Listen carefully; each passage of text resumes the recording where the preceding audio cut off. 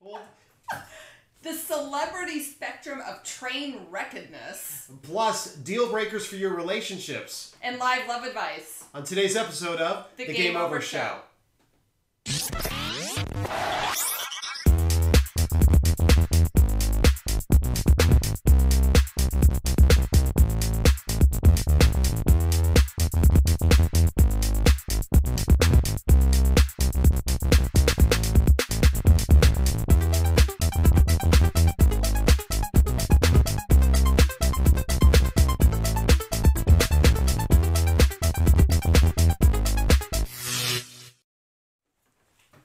Welcome to the Game Over Show. I'm Charles J. Orlando. And I'm adjusting myself, and I'm Lisa Stedman. And, you know, this is where you get street smart love advice brought to you live every day, Monday through Friday. 2 p.m. Pacific, 5 p.m. Eastern, 10 p.m. in London, and 9 a.m. the next day in Sydney. So we appreciate you being here. We love that you watch live. We love that you watch us on demand. We love all of the emails we get from you that tell us what's up in your love life. Definitely. And now we're going to start right off the gate saying, what's hot? What's hot?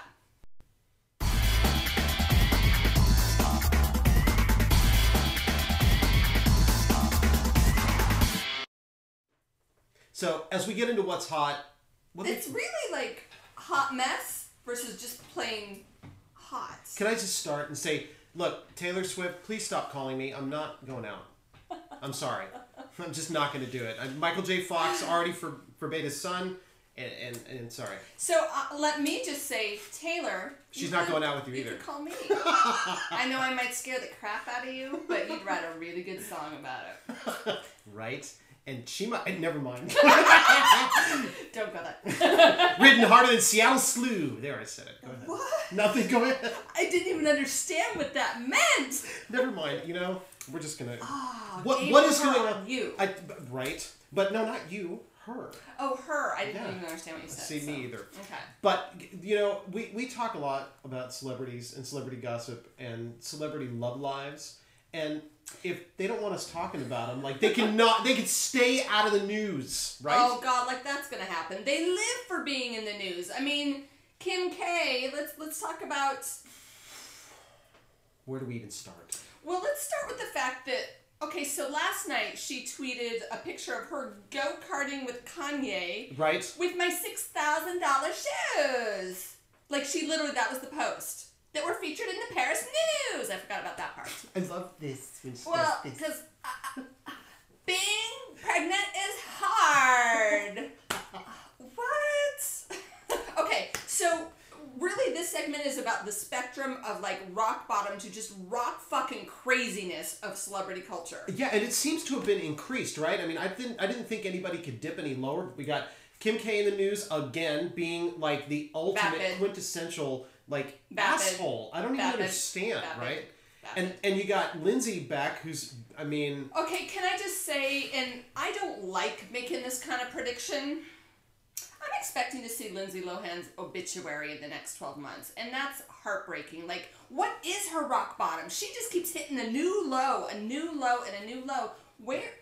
Where is anybody who can help her? Well, and this is the problem with child stars, right? I mean, child stars get to run rampant. I know. Yeah, well, she was okay until she hit about 20. I know. I don't know what happened. She was so healthy and functional. Now, you sent me an email today about Dakota Fanning allegedly dating a 70-year-old something, and thank God that was for a role, because she's one of the few functional child star turned like 20-something actresses who's got it all together. Well, Lindsay was functioning until she put out her own CD, Rumors, a few years ago, and then she like fell off the face of the planet. I mean, just...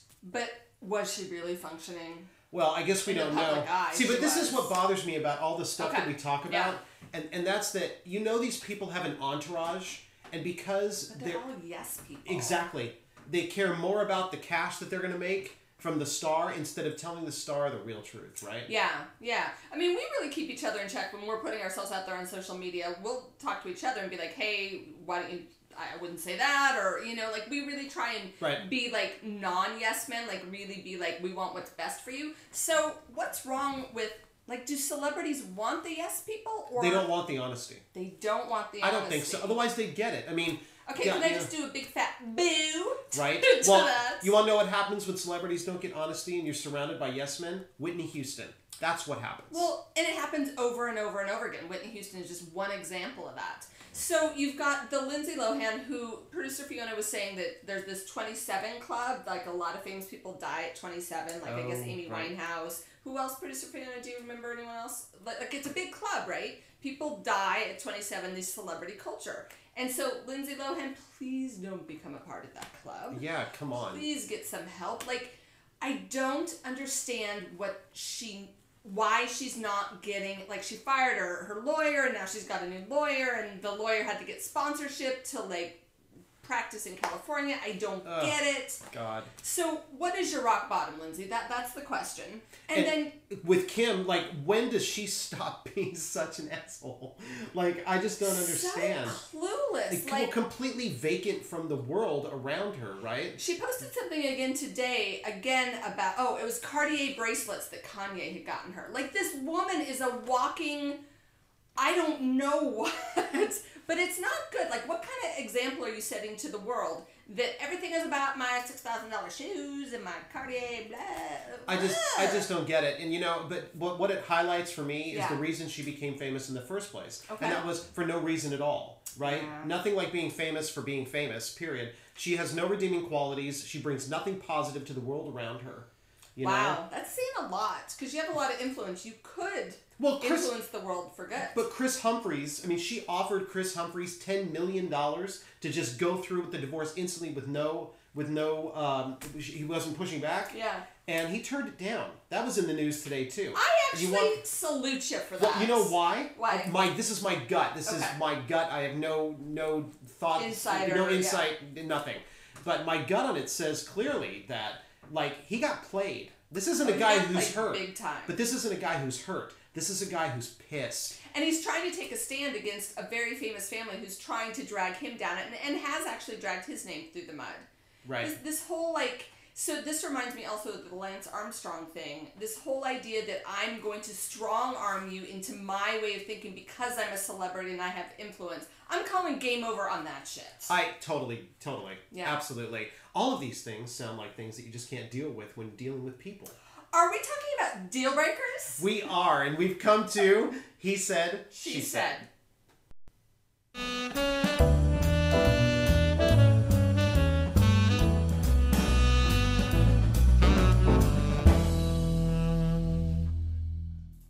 Nice segue, my friends. Thank you very much. He's good. She's better. So, are those $6,000 shoes? Yeah! Oh my God! We're going to do our next show from a go-kart, right? And she's pregnant. Can she be go-karting? Should she be go-karting? I think that's the safest thing she's ridden. Oh! So, moving on. No, you didn't. No, actually, she did, and I'm observing it and just documenting it. So, today's show is all about deal breakers. That was just... No, I appreciate that. I actually... Sometimes shit just comes out of this mouth. I just... No comment. I kind of need a cigarette. It's getting hot up in here. It's the lights, right? It's the lights. So deal breakers in relationships. Well, let's define what we mean by deal breakers first. Okay, go ahead. Yeah. Let's do that. So deal breakers are the non-negotiables that say if this is... So two people come together, they're dating, you're starting to get to know each other, and as you find out information or behaviors or habits or anything in that vein, you go, you know what, that's unacceptable to me. Right, well, and sometimes people have preconceived deal breakers before they even get in. Like, I'm never having children. Or I'll only I can never date a smoker. Exactly. Yeah. Exactly. Yeah. Or someone who did prison time. Or is that just me? Yeah. Okay. And the hits just keep on coming. He didn't tell me till a year in, people! Another show. But those are the kind of the preconceived notions people have, or they find out about someone as they get to know them. Yeah. And then it becomes an issue. Yeah. Another one. Okay, so let's go. So let's talk through some of these, right? So one of the ones that comes up a lot is politics, and which really speaks to politics is the external push of what's really internal as far as your values. Yeah, right? Your values, your beliefs. So you can say that you're a Republican, but what it really says is that you're very conservative and that you're not possibly. Possibly, but if you believe in that, it's gonna move to that side. So if it's specifically in the case of politics, it's not just your political affiliation; it's what it means about you. You're saying could mean you're more conservative. Could mean that you're also against gay marriage, and if the other person is pro, like there's going to be a lot of there's going to be a lot of clashing. Sure. Well, and that's why it ends up a deal breaker, because people, I mean, it's a representation of what they feel about the world around them. Yeah. So dovetailing on that would be religion. Oh, have you ever dated someone from another religion? It's challenging. Right? Well, it can be. It can be. I mean, those are core. That goes back to like core beliefs and core values too. Like somebody who's devout in their religious beliefs, and if you are dramatically different, that's going to create some interesting conversations and possibly some challenges. Unless you go to Catholic school, right? Because Catholic school girls, they just want to rebel. You know what I'm saying? But that's another show too, isn't it? Are you strolling down memory lane, sir? The short skirts. No. The crucifixes, confession. Well, that's how you get out of it, right? But we're not going to go into that here. To quote your son, Webbs. Right. Hi, Drew. So, drugs is another big fat deal breaker. Right. And we actually talked about this the other day on the show. People who had gotten into a relationship and then their partner had gotten into either prescription or other kinds of drugs. Right. And this is a huge issue in relationships, because if you're somebody who is a frequent drug user or alcohol user or abuser, and you're with somebody who is not, man, that so affects their behavior. It so affects how they view the world. It so affects how they show up in the world. If they're medicating, checking out, tuning out, that affects your entire relationship. Sure, well, and sometimes it's not that the drugs make them into an abuser. They just make them vacant. Yeah, it makes them check out. It makes them vacant, makes them not be able to deal with things. Their coping mechanism is the drug of choice. Right. Well, they're self-medicating for whatever reasons. Well, I use food. It works. A lot of people use food. And wine sometimes. But food may be a deal breaker too, because if you eat and then it changes your weight. Yeah, and that's a big issue. That's a big issue. And I gotta say, I dated a guy once who had an eating disorder, and when I was in my teens, I had an eating disorder. So when I found that out, that was a deal breaker for me, because that was just gonna bring up all my stuff. Right. And he was a great guy, but I was like, I can't go down that road. And he was a nice guy, but I just thought, I can't go there. It's just gonna bring all that stuff back into my life, and I had to break up with him. Right. Yeah. Well, kids is another big one. Yes. So, do you want kids versus I already have kids, maybe you don't? Right. Well, yeah, do you want them? And that's one of the preconceived ones that people end up, deciding before they get in. It's a big issue. Sure. It's a big issue. I had a friend once who, she and her boyfriend got together, and they were both very clear they didn't want kids, and he started to change his mind. And it was interesting because he changed his mind, not her. Right. And she and I really had to work through this. She said, I'm not going to change my mind, and I know that. And she ended up breaking up with him. And now she's in another great relationship with a guy who has a kid. So it's very interesting how these deal breakers can kind of shift if you're with the right person. We're going to talk about that in a little bit. Well, yeah, definitely. But when it comes to kids specifically, what that really talks about also is a commitment level to something external besides yourself. Well, commitment level and also your vision of your life. Yeah, exactly. What do I want to do? Where do I want to be? Where do I want to go? Where do I want to focus my money, my time, my energy? But it also changes, especially with a lot of middle-aged people now back out in the dating world, freshly divorced. Some people have children. Some people want children at 40, 45 years old. I don't know how exactly that's going to work medically. But hey, surrogacy, adoption.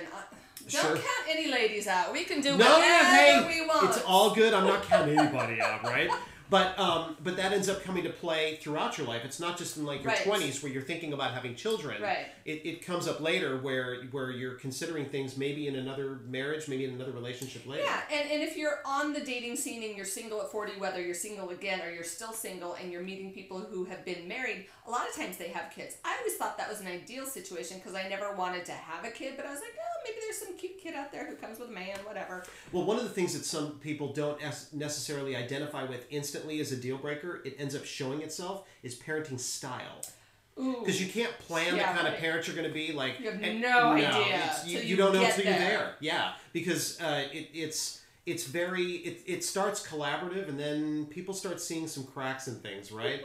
So that's dicey, and it ends up a deal breaker even though you couldn't plan for it. And so in a case like that, if you're already down that road and you're talking about having kids, talk about those parenting styles. But again, you will not know till that child is in your house. What about sex? Yes, please. Sex is... That's our show. Thank you. Oh! She's out of here to go. Where, Lois? Sex as a deal breaker. So, well, you know, some people like a lot of sex and some people just don't have a high sex drive. So. Well, and that changes over time. You get a woman in her 40s with a guy who has been with her for a while. Baby. Hello. Well, yeah, and you end up with people who just don't see eye to eye as far as appetite, frequency. Or loin to loin. Or loin to loin. Or loin to loin. Or loin to... Ah! Stop right there. Stop. Zip. It's not that kind of show. Zipped. Keep it zipped. Also, behavior, though, and want Fetishes. activities. Sure. Wow, What you if just he was- instantly went to that. Also, behavior. Fetishes. What if one of you is really adventurous or uninhibited and the other one isn't? Like, how does that affect your relationship? Sure. Well, and I would think some of that would come out at the beginning when sex entered the relationship as a whole. But sometimes people don't necessarily feel comfortable, like, throwing everything about their toe and ass fetish right out of the gate on date number 2. Really? Like, should we discuss this? No. So, I can take my shoe off. No. Oh, I already said that. And then there's things like behavior, right? Just as a whole, Sexual behavior? No. Oh, like, behavior. She's still on the sex thing. Well, I didn't know if we'd moved on. It's such a good topic. I want to know more. No, a lot of people's deal breakers are like, don't ever lie to me. Ever. Oh, yeah. About Yes, anything. yes. About anything. Don't lie to me. Oh my god. Usually they have stuff in there. Come on, people. Well, There's such a thing as little white lies. yeah, like I believe you. And then there's things like abuse. Yeah, so okay, behaviors. Got it. Behaviors. Honesty, abuse, trust. Money. You know I gotta bring up the Baby money. tactic. It's a tricky one in relationships. Everybody has different baggage when it comes to money, beliefs about money, habits. And this is a big one in relationships. So if you are hiding debt, if you are hiding your money habits, if you're not talking about it, if you have absolutely different money styles, talk about that before you get into a relationship. Definitely. Well, and as things start coming to bear, well, let's get to that. We do have some solutions when it comes to this. But first, sponsor time. Our sponsor today is Interessante. Charles, tell me about Interessante. Interessante is this very cool website. If you've been on Pinterest, you know how easy it is to share and interact on different products or things you like or pictures. Yep. Interessante is built kind of the same way, but it's built entirely to the Latin community. Ooh. And we have a Latin audience, and we do have a Latin audience both in Mexico, in Spain, and America. Yeah, and in Central America as well, and here in the U.S. I got my in-laws. So. Hola, or as Louis one says, "Hola." Hola. She's too. Hola. It's cute. Check out Interessante. Great place to go. Pinterest for the Latin community. Awesome. We love them. Deal breakers.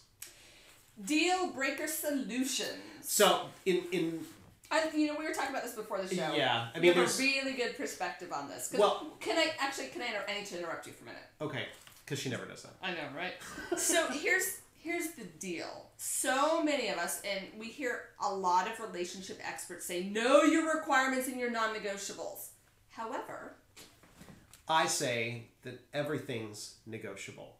Right? So interesting. Well, there are some things that are non-negotiable. Like, don't emotionally abuse me. Don't hurt me physically. Right? Don't cheat on me. But even that ends up negotiable. Yeah. Like, there's all these things that are out there. But the physical, like, don't hurt me mentally or physically, that's a deal breaker, and it should be for anybody out there. But here's what I want to say about that is a lot of people will say that, and then when it happens, they will stay and they will keep saying it, but their actions are not aligning with their words, which means they're going to keep getting dumped on because they're saying don't do it, and then they're staying.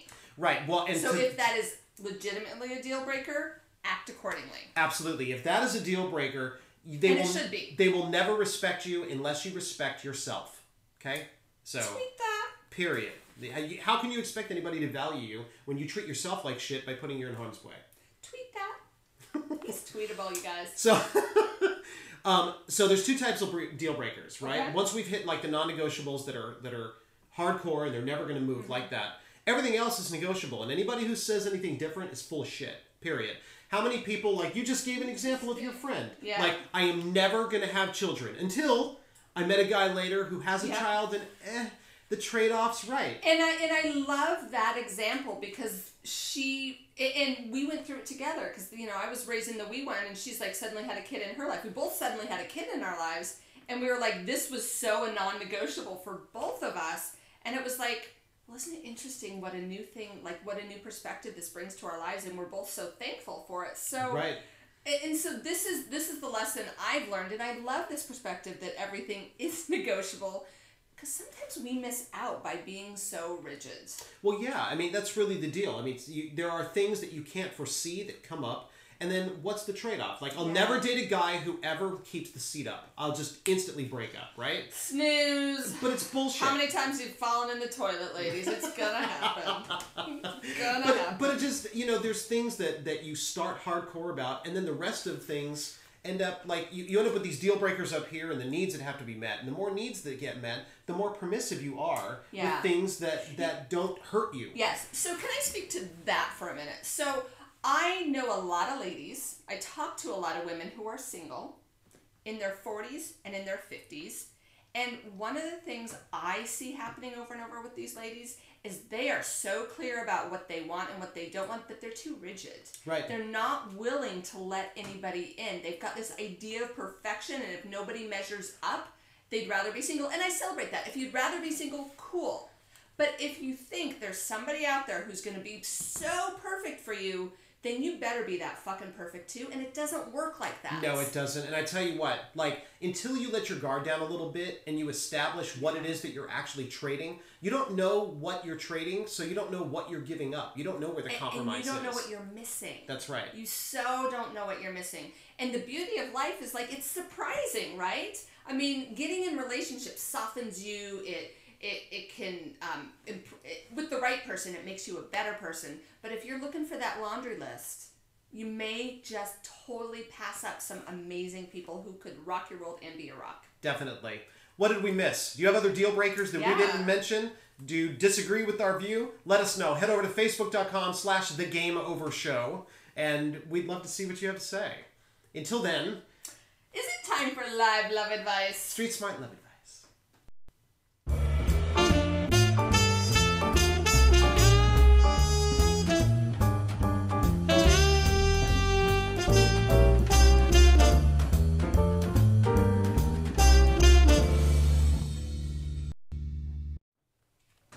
Here on Game Over, we take your questions that you write in, your relationship issues, and we talk about them, keeping you anonymous. Street Smart Love Advice, if you're here for cookies and a bedtime story, this is not your show. You're here to curl up with a pillow and sing a lullaby, that's a whole other show.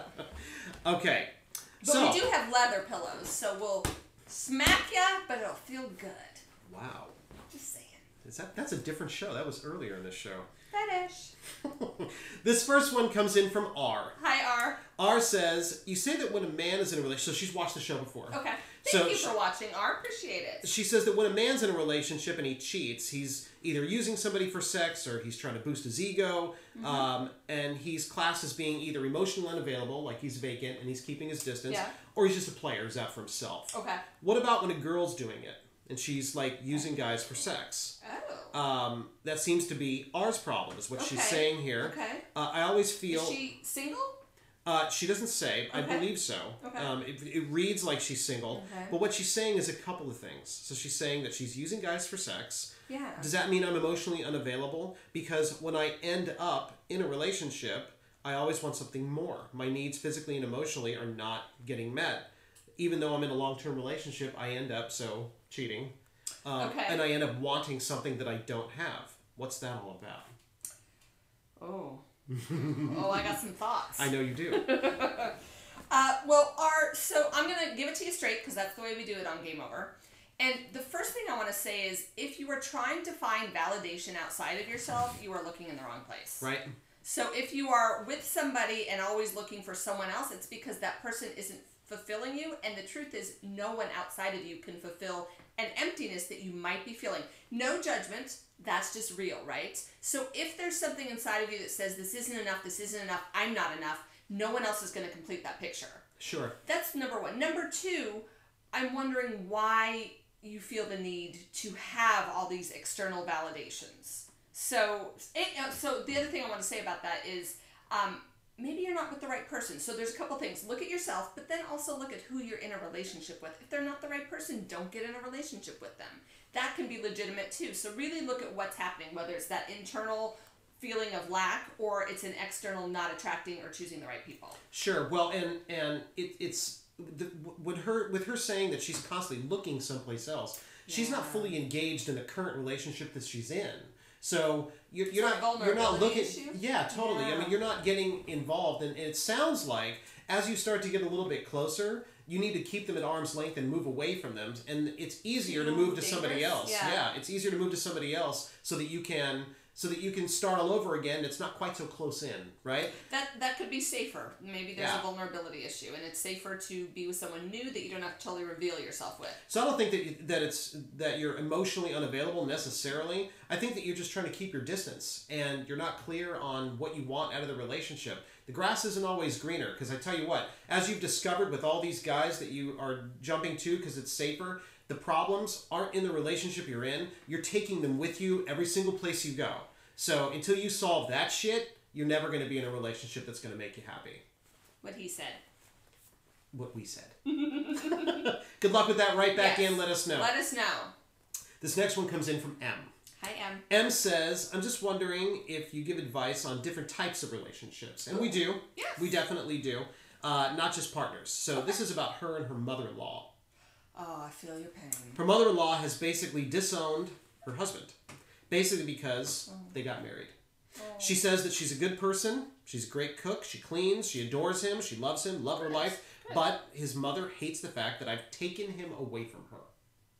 So we're talking about a mama's boy.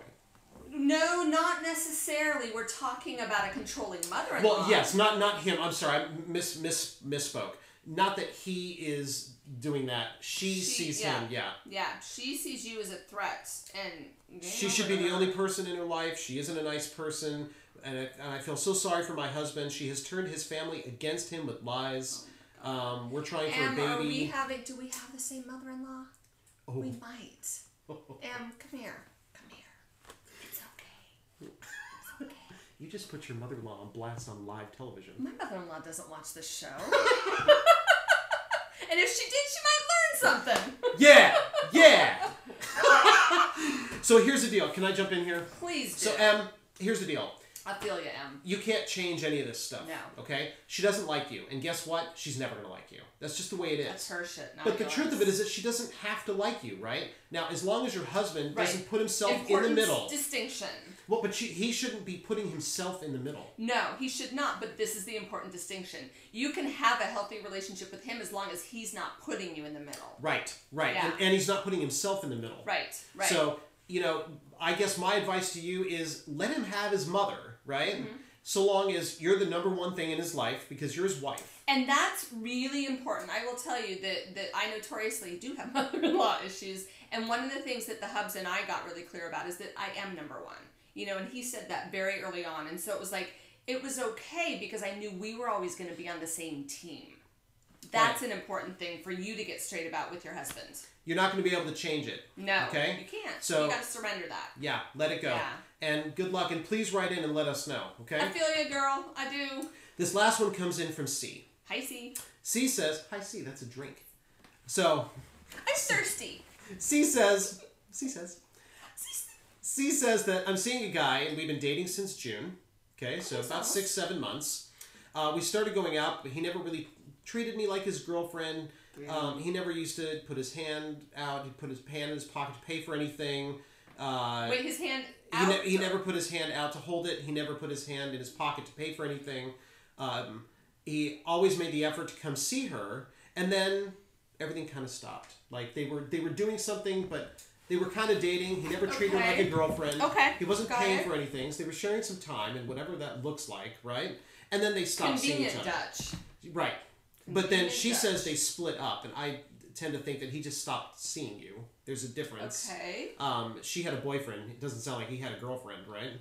During the time they were apart. No, together. Like I'm saying, she thought he was her boyfriend. Got it. He didn't think of her like a girlfriend. I'm on that page. Okay. And then they split up a few weeks ago. Okay. But now he misses her. How does she know? He misses her because he told her. Okay.